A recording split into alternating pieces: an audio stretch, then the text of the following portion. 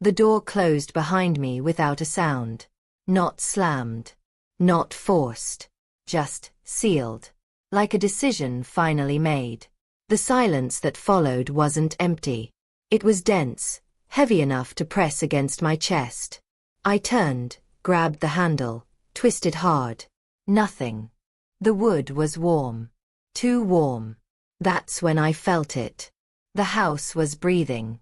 Slow, uneven creaks rolled through the walls, rising and falling like diseased lungs. The floor subtly shifted beneath my feet, barely moving, but moving enough to be wrong. The air smelled damp, old, and alive. "This isn't real," I whispered. The house disagreed. I stepped into the hallway. Each footstep echoed, but the echoes came back late, warped, as if the house was copying me imperfectly. The wallpaper peeled in long, sickly strips, stained with something dark and soaked deep into the walls. There was no dust. That was the worst part. Abandoned places collect dust. Living things don't. At the end of the hall stood a staircase leading upward. As I approached, a whisper slid across the walls. Not from above. From everywhere. "You came back." My heart nearly stopped. "You left without closing the door." I backed away. The whisper multiplied, voices stacking over one another. Children, adults, voices cracked and wet, voices far too close. I covered my ears. It didn't help. They weren't entering through them. I ran into the main room. A large, empty space with a single armchair facing a cold fireplace. Someone was sitting in the chair. They didn't move. Their head was tilted at an impossible angle. When they spoke, the neck cracked softly. "You always sat there." My legs shook violently. Every instinct screamed at me to run, but something else pulled me forward. Each step felt like a betrayal of survival. "Don't look at me like that," the figure said. "You used to look worse." The figure stood up slowly. When it turned around, I saw my own face. Not a reflection. Not a twin. A version left behind. Its skin was dry and split like old wood. Its eyes were completely black, yet they leaked a thick, dark fluid. It smiled with my teeth. "I stayed," it said. "You ran." The walls began to close in, not physically, but mentally. The house forced memories into me. Screams in the dark. A locked door. A promise I never kept. The real reason the house had been abandoned. "It wasn't the house that trapped us," the thing wearing my face said softly. "It was you." The fireplace ignited on its own.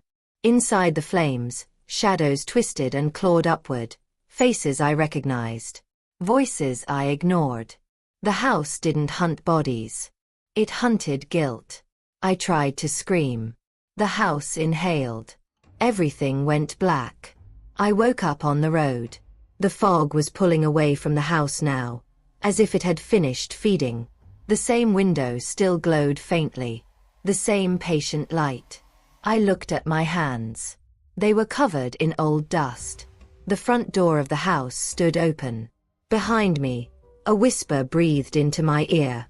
"You didn't finish leaving." The window flickered. This time. I blinked too. I didn't turn around. I already knew what would be behind me. The road was empty, but the silence had weight again. Not the quiet of night. This was anticipation. Like the pause before a sentence finishes itself. "You didn't finish leaving." The words weren't whispered anymore. They were spoken calmly, patiently. The way someone talks when they're certain. I took one step forward. The ground cracked beneath my foot. Not asphalt. Wood. The road peeled apart like old skin, revealing floorboards underneath. Rotten. Familiar. My stomach dropped as the illusion collapsed around me. Trees bent inward, stretching into walls. The sky folded downward, becoming a ceiling stained with shadows. I was still inside. I always had been. The house didn't bring me back. It never let me go. The front door slammed shut somewhere behind me. The sound traveled through my bones. Lights flickered on across the house, every room illuminated at once, like eyes opening. You thought memory was the curse, the house said. No. Memory was the invitation. I ran. Rooms rearranged themselves as I moved. Doors led back to places I had already crossed. Hallways shortened, then stretched impossibly long. The house wasn't chasing me. It was guiding me. I burst into a small bedroom. My bedroom. Same cracked mirror. Same bed.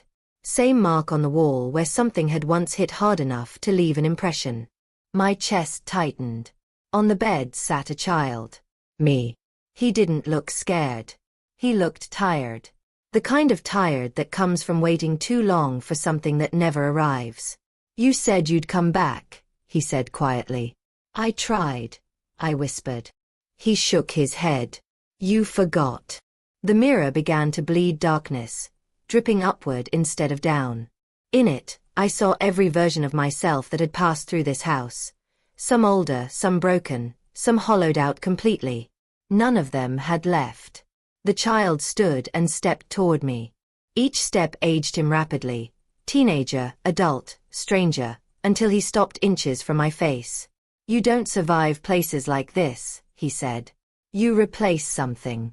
The house exhaled deeply. The walls relaxed. The fear drained out of the air, not because it was over, but because it was complete. Understanding hit me like cold water. The house didn't kill people. It didn't trap souls. It stored versions. Every time someone escaped, something stayed behind to balance the debt. Fear needed continuity. Guilt needed a caretaker. And now, the house was empty. The thing wearing my face from before stepped out of the shadows. It looked healthier now. Calmer. Ready. Thank you, it said sincerely. I can finally leave. I tried to move. I couldn't. My reflection smiled, not cruelly, but with relief. It walked past me, straight through the front door. The house creaked softly, settling. The lights dimmed to a familiar darkness. The fog returned, curling lovingly through the halls. The window upstairs glowed faintly once more. I felt myself sinking, not physically, but permanently, becoming part of the walls. The breathing. The waiting. I understood the final truth too late. The house doesn't haunt people. People haunt the house. Somewhere far away, footsteps faded down a road I would never see again. And inside the house, a new voice whispered softly into the dark. You came back.